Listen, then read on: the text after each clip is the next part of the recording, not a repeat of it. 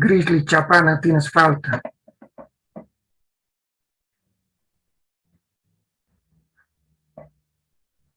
Bueno.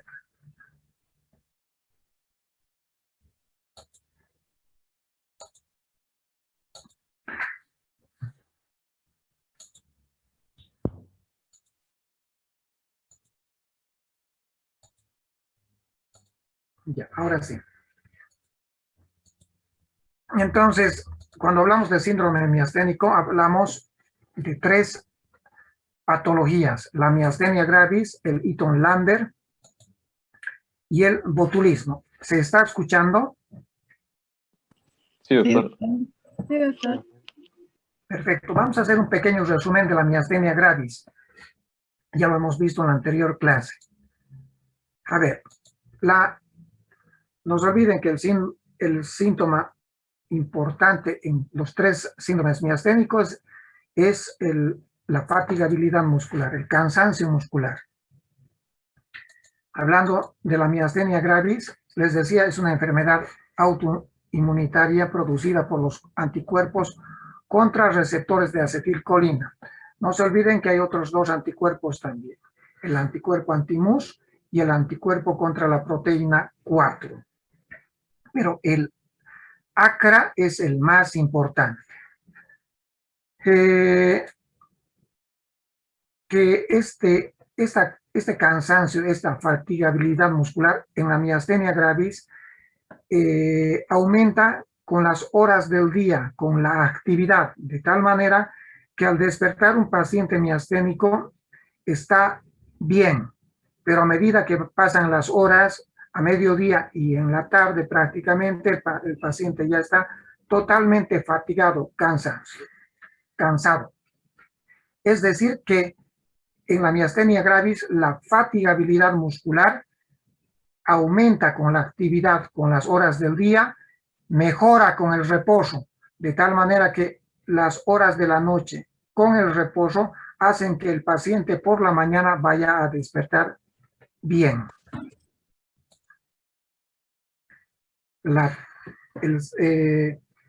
Dentro de los hallazgos, lo más importante es la ptosis palpebral y la diplopia. Lo primero que afecta en un paciente miasténico, de lejos, es la caída del párpado superior, la ptosis palpebral, y asimismo puede existir compromiso de algún músculo extraocular, ¿ya? Produciéndonos diplopia. Pero la miastenia gravis no solamente es ocular, muchas veces evoluciona a un compromiso de la musculatura de todo el cuerpo, de predominio proximal, los hombros, los brazos, los muslos.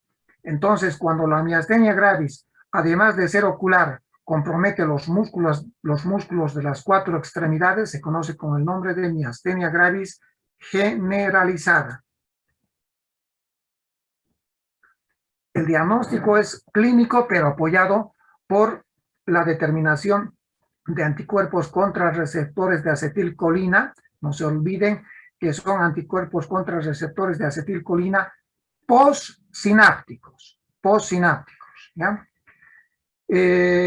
Algunas veces, si se consigue el hidrofonio, se puede realizar la prueba del hidrofonio, cuyo nombre comercial es el tensilón. Les decía que a nivel mundial el hidrofonio tiene una carencia en cuanto a su obtención, de tal manera que a nivel mundial el hidrofonio es muy difícil de conseguir. Por eso es que ya un tanto se ha deshecho el uso del hidrofonio, o llamado también tensilón. Saben ustedes que el hidrofonio es un anticolinesterásico que, por ejemplo, a un miasténico, como estamos viendo acá, si le colocamos por vía endovenosa, ese paciente en 30 segundos, miren la ptosis palpebral, mejora. ¿Por qué? Porque el hidrofonio es un anticolinesterásico de acción ultra corta y de acción muy, muy rápida. No tenemos hidrofonio, pero tenemos, les decía en la anterior clase, prostigmin, es decir, la neostigmina. También se puede colocar por vía intramuscular. Pero en la práctica lo que nosotros hacemos es determinación en el laboratorio de los anticuerpos contra receptores de acetilcolina, y también lo que realizamos es un estudio electromiográfico. Electromiografía de fibra muscular aislada o de estimulación repetitiva, como les decía. Y nos muestra patrones típicos en la miastenia gravis, como habíamos señalado en la anterior clase. ¿Cuál es el tratamiento? Dar anticolinesterásicos. Y dentro de estos anticolinesterásicos, ¿cuál es el que utilizamos como tratamiento? El piridostigmine, cuyo nombre comercial es el Mestinon. Algunas veces podemos utilizar la prednisona. No se olviden que en la miastenia generalizada, no en la ocular, en la generalizada, se tiene que hacer estudio tomográfico o de resonancia nuclear magnética, tratando de determinar si ese paciente o esa paciente tiene timoma o aumento de crecimiento del timo. No se olviden que cuando hay una timoma o una hiperplasia tímica, hay que sacar el timo. Hay que sacar el timo. Detalles mayores les he dado en la anterior clase. Recordarles que la timectomía está indicada en la miastenia gravis generalizada cuando el paciente es joven o relativamente joven o es un adulto joven, 15 a 55 años les he dicho, ¿no es cierto? Y la tercera indicación es que haya un aumento de crecimiento del timo. Y las inmunoglobulinas endovenosas, como la plasmaféresis, se reservan para los casos de emergencia. ¿Qué es emergencia? Crisis miasténica. Cuando el paciente se agrava, cuando el paciente, estando con una miastenia generalizada, empieza a tener compromiso de su musculatura respiratoria y deglutoria, entonces el paciente tiene riesgo de vida, está empezando a hacer insuficiencia respiratoria.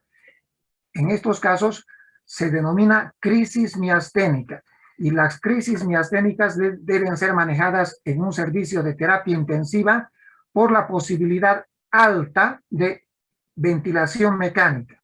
En casos de crisis miasténica, no se olviden, se utiliza inmunoglobulinas endovenosas o plasmaféresis. Un detalle que también, antes que me olvide,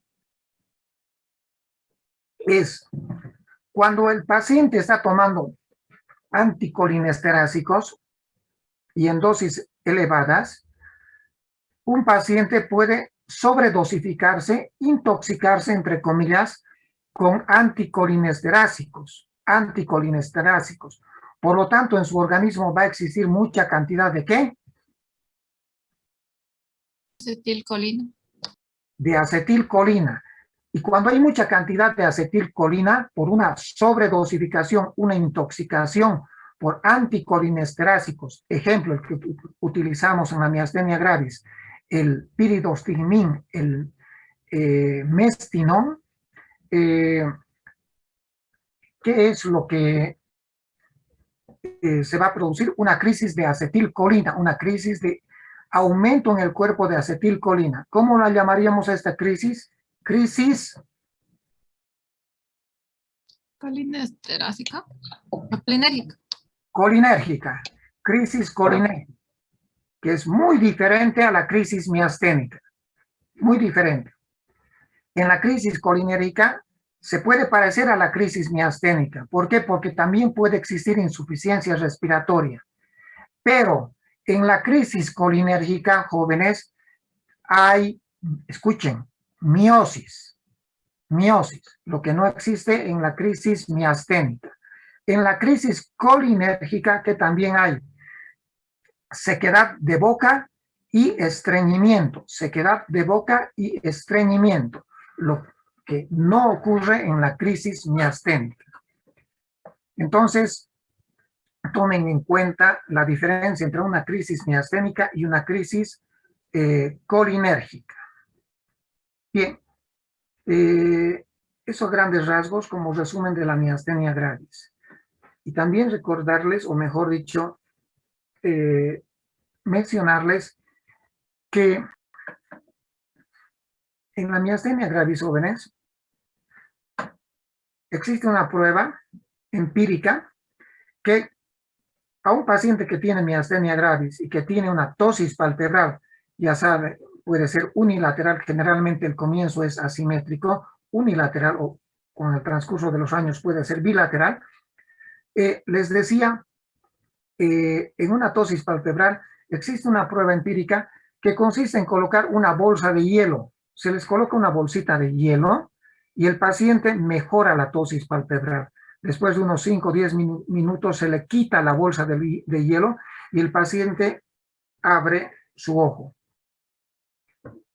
El hielo lo que hace es evitar la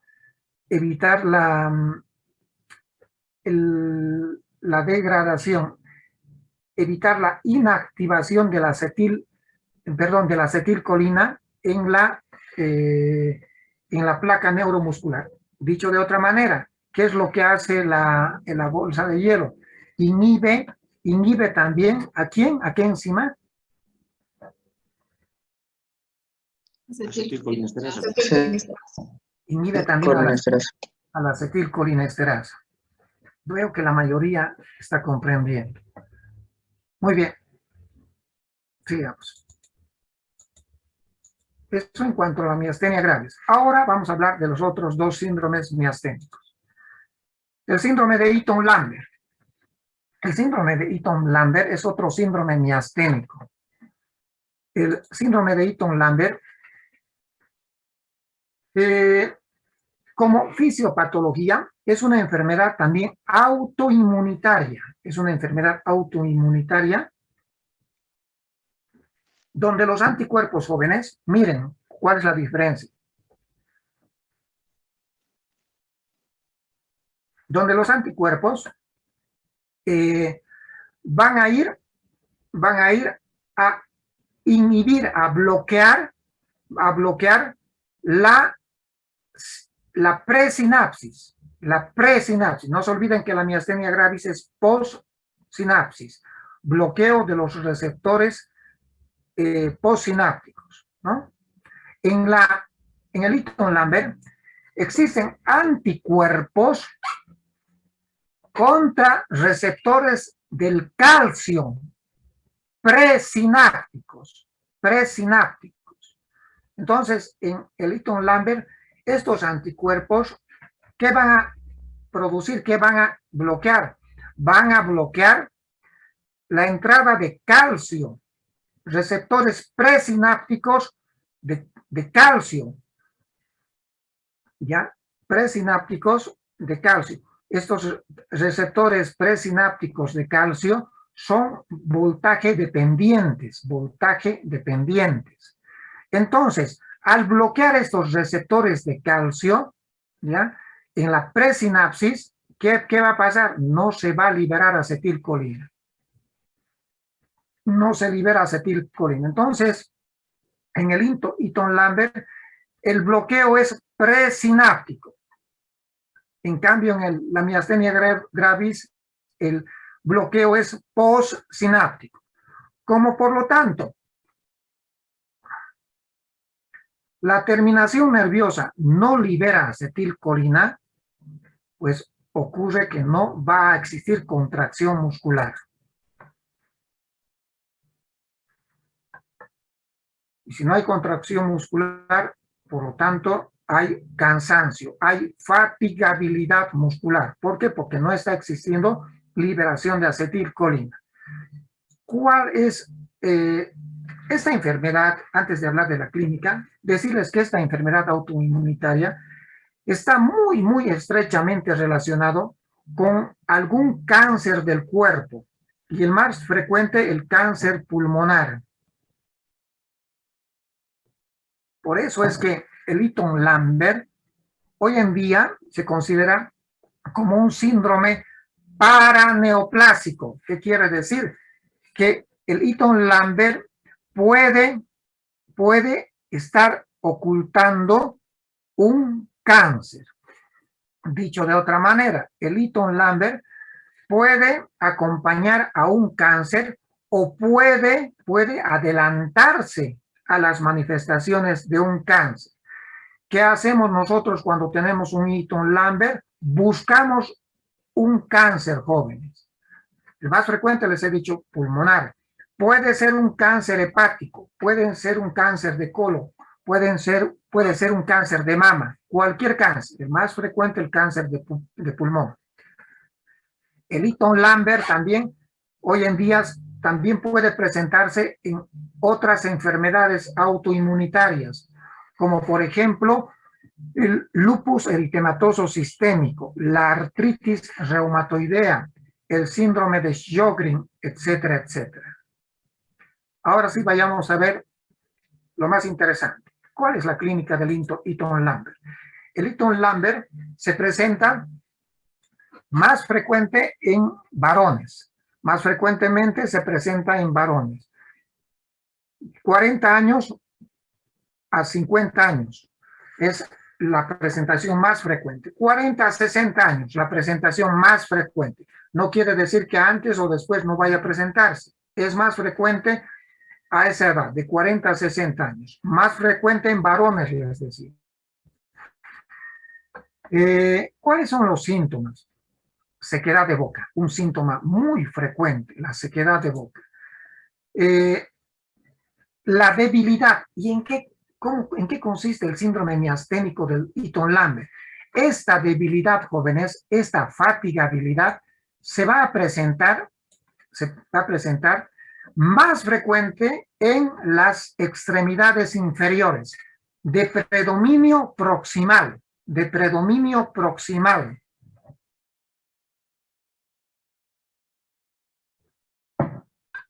De predominio proximal. Entonces, estos pacientes, lo más frecuente, repito, es que se cansen, se debiliten sus piernas y digan, no puedo subir al micro, no puedo subir las escaleras, las gradas, no puedo subir a mi movilidad, doctor. Me cuesta mucho de la posición sentada pararme, doctor, me cuesta pararme.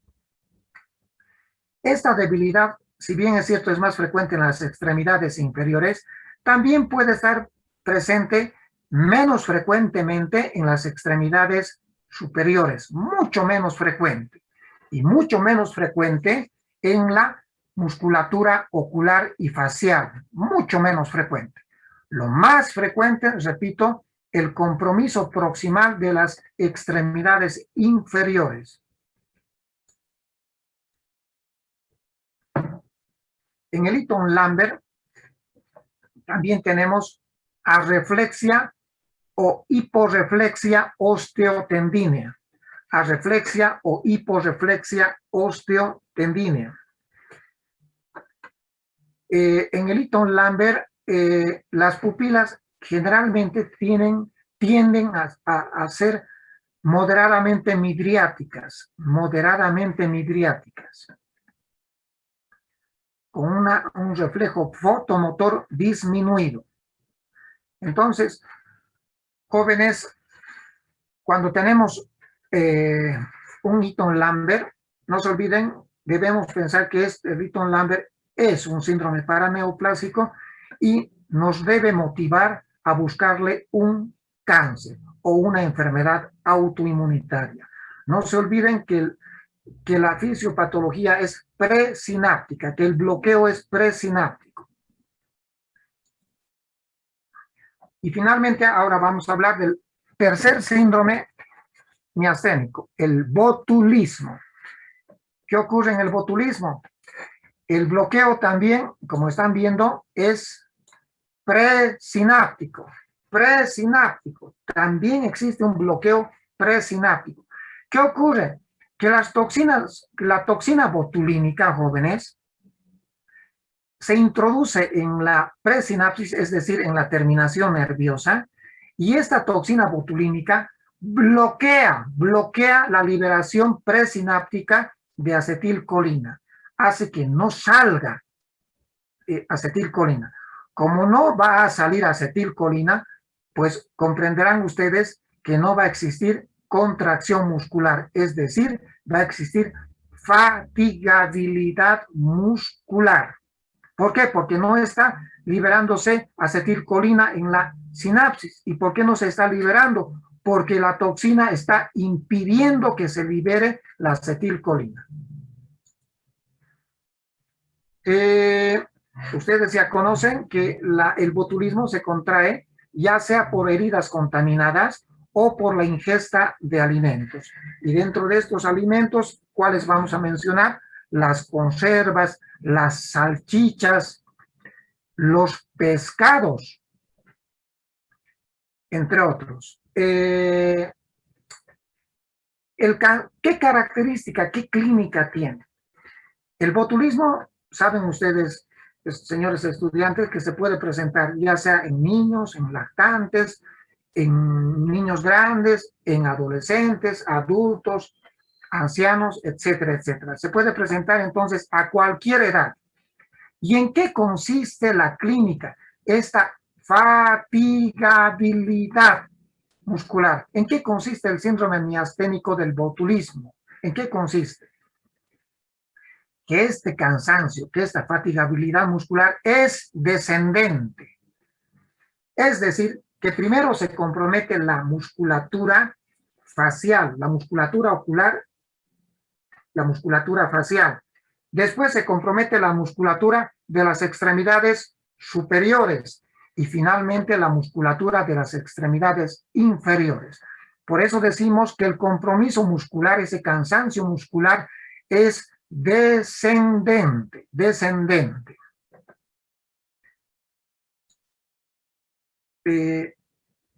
Dentro de otras manifestaciones, el paciente puede presentar diplopia, disfagia, compromiso de la musculatura deglutoria. Muchas veces también puede presentar insuficiencia respiratoria. En los niños existe una marcada hipotonía muscular, En los niños también una de las formas que debe llamar la atención y sospechar que puede tratarse de un botulismo es la dificultad en la succión.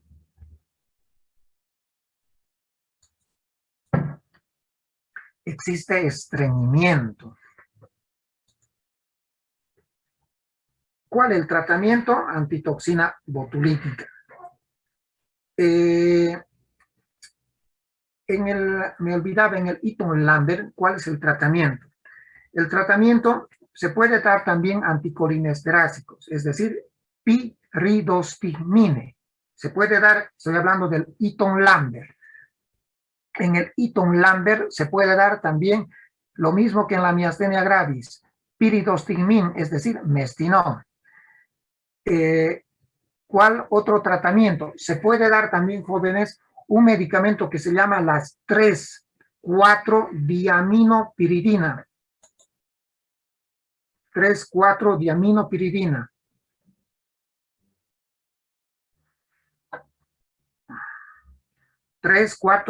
Diaminopiridina. Vamos a ver.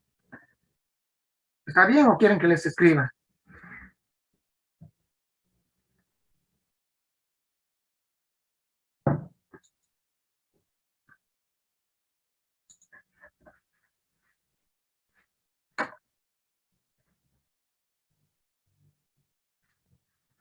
Esperen un ratito, un cachito.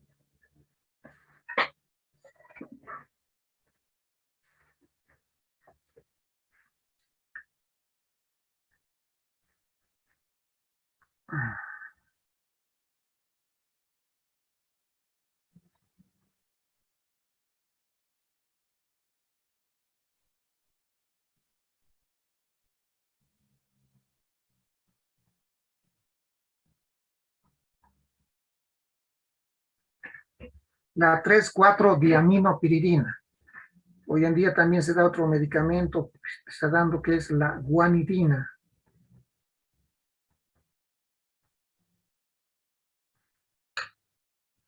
Entonces, ¿qué hacen estos dos medicamentos? La 3,4-diaminopiridina y la guanidina. Favorecen la liberación en la sinapsis de acetilcolina. Hacen que se libere acetilcolina de la presinapsis a la sinapsis. Esos dos medicamentos se utilizan. Como también les decía, también se puede utilizar la piridostigmina, el mestinon.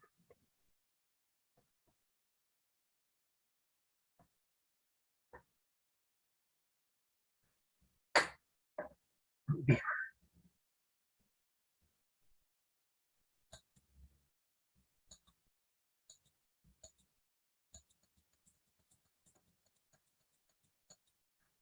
Bien, ahora vamos a hacer un resumen de estos tres síndromes miasténicos. ¿Se está escuchando? Sí, doctor. Bueno, ¿cuál es la fisiopatología en la miastenia gravis? La presencia de anticuerpos contra los receptores de acetilcolina, no se olviden, postsinápticos. Destruyen a los receptores, estos anticuerpos ACRA, a los receptores postsinápticos de acetilcolina. En el Eaton-Lambert, que los anticuerpos van a ir a bloquear la liberación presináptica, bloqueo presináptico de acetilcolina. Y estos anticuerpos se ubican en los receptores de calcio voltaje dependientes, les decía. Ahorita les voy a hacer un resumen, una cosita más interesante. Pero no se olviden que en el Eaton-Lambert el bloqueo es presináptico, como lo es en el botulismo, presináptico, bloqueo presináptico Eaton-Lambert, bloqueo presináptico botulismo. En cambio, en la miastenia gravis es postsináptico. La presentación, les había dicho que en la miastenia gravis, que les dije, que tiene una distribución bimodal, que en las mujeres más frecuente su presentación es de 20 a 30 años, les decía, que debutan a los 20 a 30 años más frecuentemente. En cambio, en los varones, vemos que es más frecuente a la edad de 50, 60 años. Que en el Eaton-Lambert es más frecuente en los varones mayores a 40 años. 40 a 60 años les decía más frecuente. En cambio, en el botulismo a cualquier edad. Lactantes, neonatos, niños, adultos, etcétera, etcétera. La debilidad en la miastenia gravis, ¿dónde se afectan más esos músculos? ¿Dónde están más débiles? Los músculos oculares, lo más frecuente. Y en segundo lugar, la musculatura proximal de las extremidades, ya sea superiores e inferiores. Ya sea superiores e inferiores. En cambio, en el Eaton-Lambert, ¿qué les decía? Recién les acabo de mencionar que ese cansancio muscular es más frecuente en las extremidades inferiores, de predominio proximal, ¿ya? Es raro la presentación o el compromiso de la musculatura facial y ocular, es raro. Se puede presentar, pero rara vez. No se olviden que esta fatigabilidad muscular en el botulismo es descendente. Primero se compromete la musculatura facial, luego la musculatura de las extremidades superiores y luego la musculatura de las extremidades inferiores. Es descendente simétrica. No se olviden que la miastenia gravis generalmente el inicio es asimétrico. Los reflejos osteotendíneos. En la miastenia gravis los reflejos son normales. En cambio, en el Eaton-Lambert y en el botulismo pueden estar disminuidos e inclusive abolidos los reflejos osteotendíneos. Que las pupilas son normales en la miastenia gravis. En el Eaton-Lambert y en el botulismo generalmente hay una moderada midriasis. Moderada midriasis en el Eaton-Lambert y en el botulismo.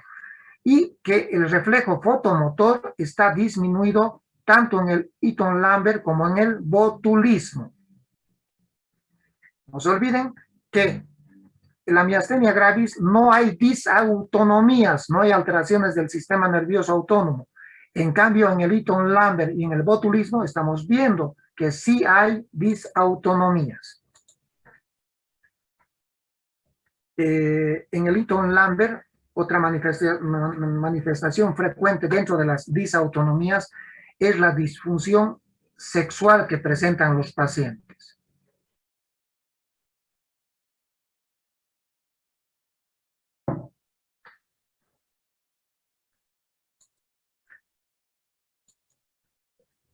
Y este detalle me estaba olvidando, jóvenes. ¿Qué habíamos dicho con la actividad en la miastenia gravis? ¿Que mejoraba, empeoraba con la actividad? Empeoraba con la actividad y Mejoraba y mejoraba con descanso. La miastenia gravis, jóvenes, empeora con la actividad. El reposo, la noche mejora y por eso los pacientes despiertan muy bien. Pero con la actividad, con las horas del día, con las actividades que hacen los pacientes, van empeorando. Es decir, que con la actividad, con el esfuerzo, con el ejercicio, el paciente empeora. Lo contrario, jóvenes, ocurre con el Eaton Lambert. Lo contrario. ¿Qué quiere decir lo contrario?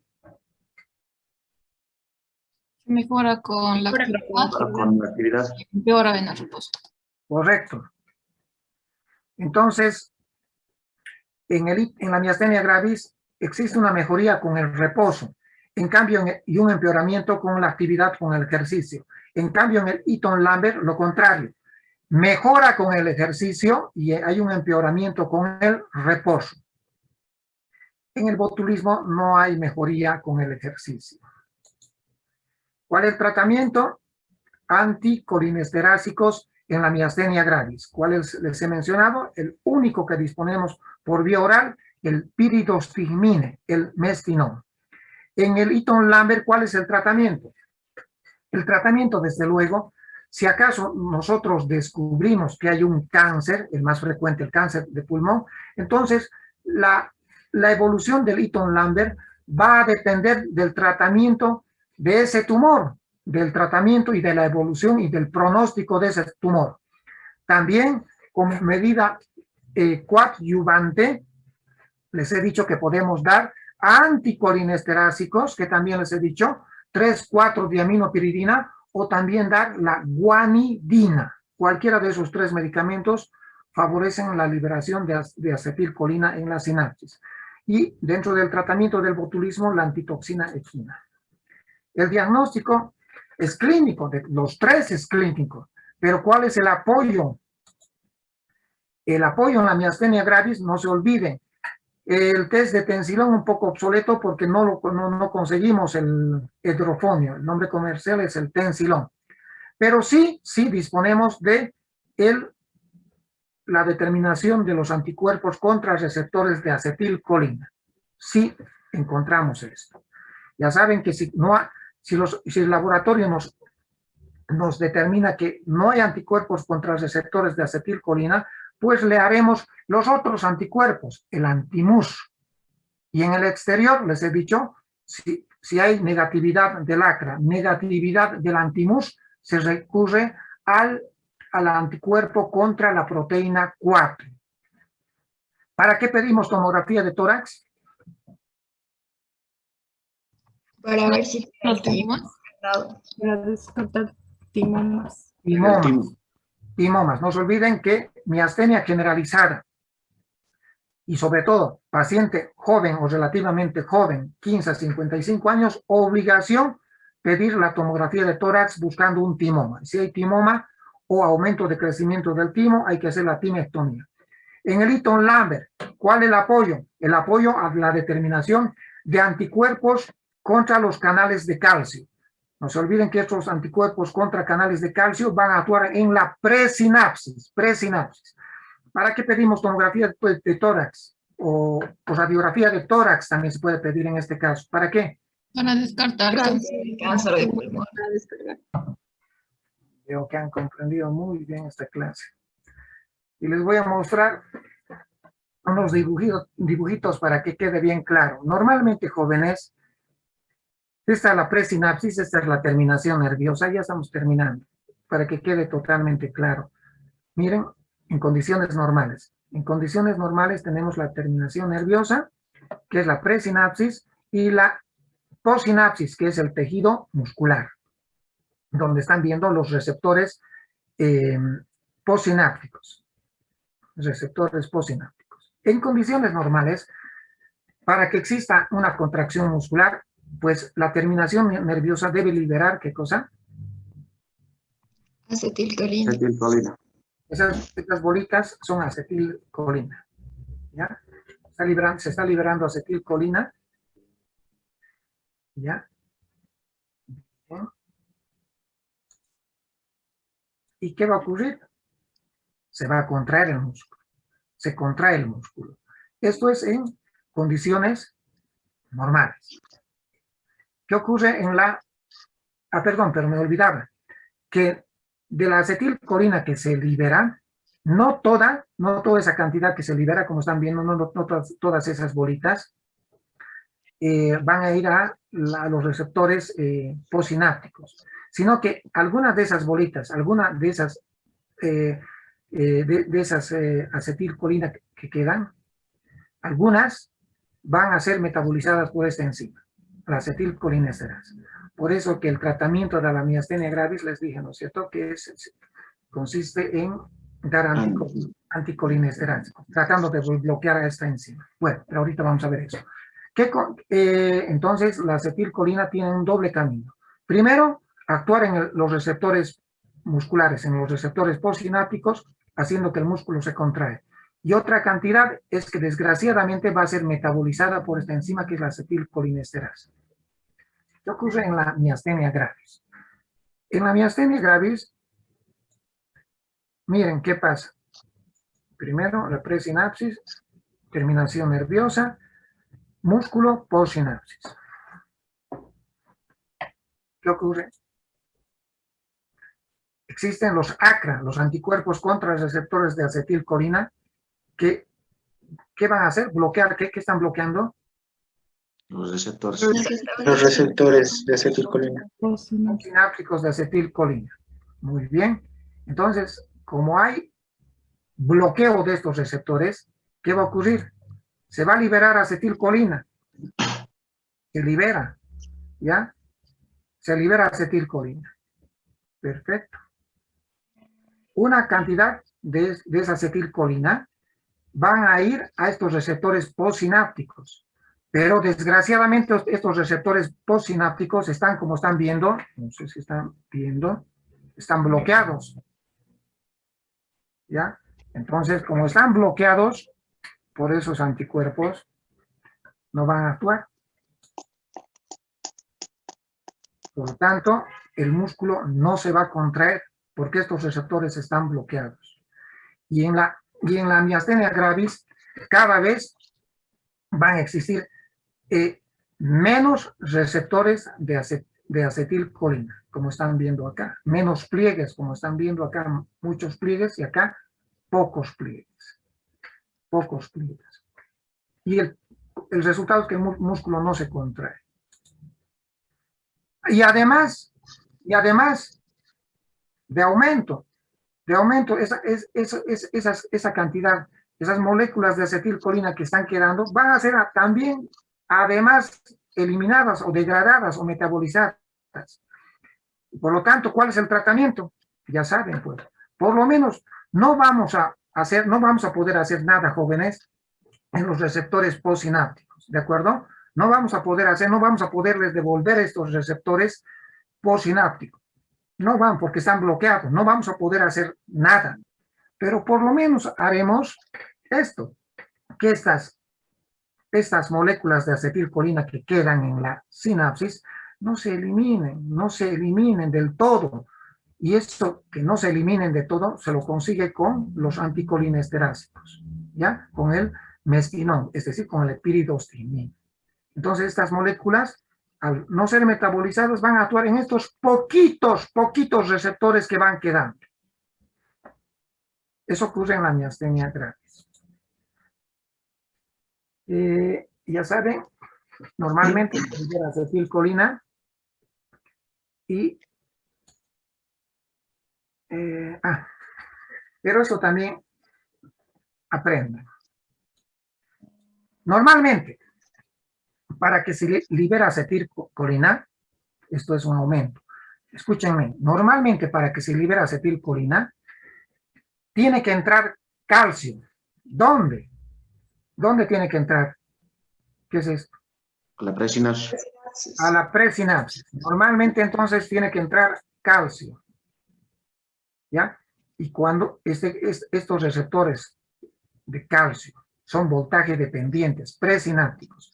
¿Y qué es lo que hace el calcio? Favorece la liberación de acetilcolina hacia los receptores postsinápticos. Cuando se libera la acetilcolina hacia los receptores postsinápticos, ya saben cuál es el resultado. El músculo se contrae. Eso en condiciones normales.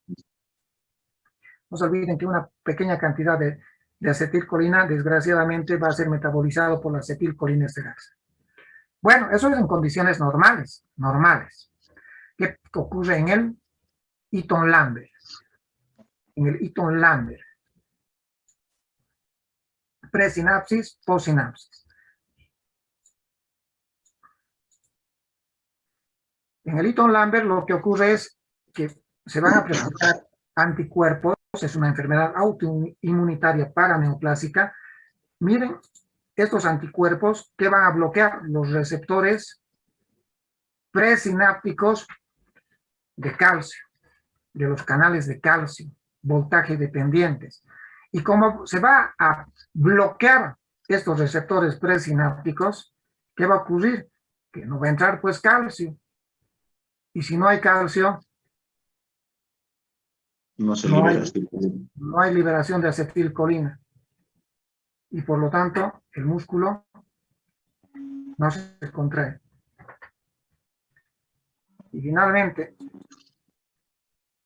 normalmente, la presinapsis, la postsinapsis, la liberación,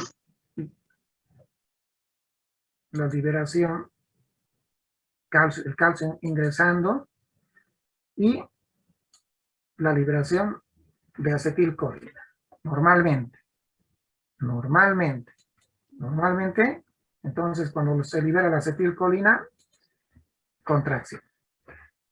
A no olvidarse que una pequeña cantidad de acetilcolina va a ser metabolizada por la acetilcolinesterasa. ¿Qué ocurre en el botulismo? Que en el botulismo, presinapsis, postsinapsis. En el botulismo lo que ocurre es que la toxina botulínica, el calcio, ¿entra el calcio? Sí, entra el calcio. Entra el calcio. Pero ¿qué ocurre en el botulismo? La toxina botulínica, por un fenómeno de endocitosis, va a ingresar a la presinapsis. Ingresa, ¿ya? Ingresa y va a bloquear, bloquea, inhibe a que salga la acetilcolina a la sinapsis. No, inhibe, no puede salir la acetilcolina. Y como no sale la acetilcolina, el músculo no se contrae. Y nada más.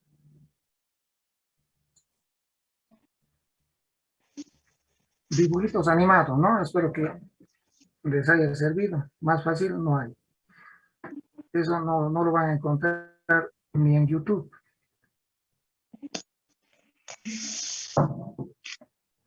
¿Preguntas?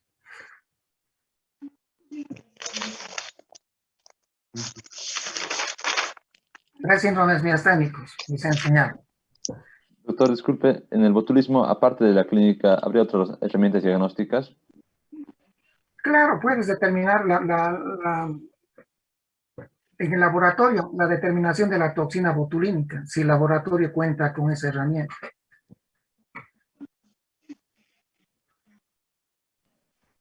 Y en este caso, doctor, ¿cómo sería el tratamiento con la toxina botulínica, doctor? La administración. Finalmente el tratamiento es sintomático, pero si hay antitoxina botulínica, eso es lo que se utiliza.